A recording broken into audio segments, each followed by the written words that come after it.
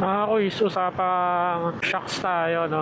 Recently, tumitingin ako sa market ng rear shocks and yung napupusuan ko talaga sa ngayon, yung Pro Fender na X-Series. Nasa 21K siya. Gusto ko kasi fully adjustable kasi yun yung parang, di ba, pag nag-upgrade ka, kailangan fully adjustable para lahat tono mo based sa bigat mo, sa riding style mo, etc.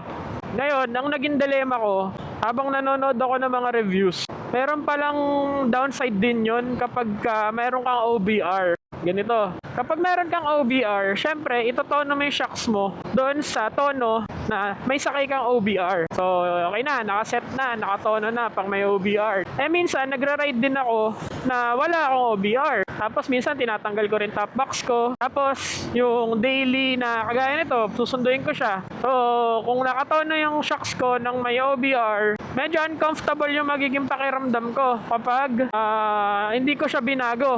Now, may magsasabi sa inyo, Kuis, pwede mo naman baguhin yung settings kaya nga fully adjustable yan eh. So, gets naman, oo naman, tama naman yun. So, ang mangyayari, babaguhin mo ng babaguhin, lalo na yung preload. Usually sa preload ka mag-a-adjust eh. Nandun kasi yung settings kung gaano kalambot or katigas, kung ilan yung nakasakay eh. So, ang mangyayari, pag may OBR, adjust. Pag walang OBR, adjust. So, ang tendency, mawawalwal yung adjuster. Tapos, kakanood ko ng mga reviews, may nakita akong ganun, naka-aerox siya. Na, yun nga, na adjust siya pag may OBR or wala. So, anong nangyari, nawalwal yung ano niya, yung pinakabilog, yung pinapasukan ng tool para iikot yung preload. So, ang ginawa niya, may binili siya. Parang naka-insert siya dun sa adjustable na shock niya, Pro Fender din yun. Na, tapos parang may straw na gano'n, tapos may tubo rin. Tapos ang cost down nun, 12,000. Ilalagay ko yung picture dito para mas magets nyo.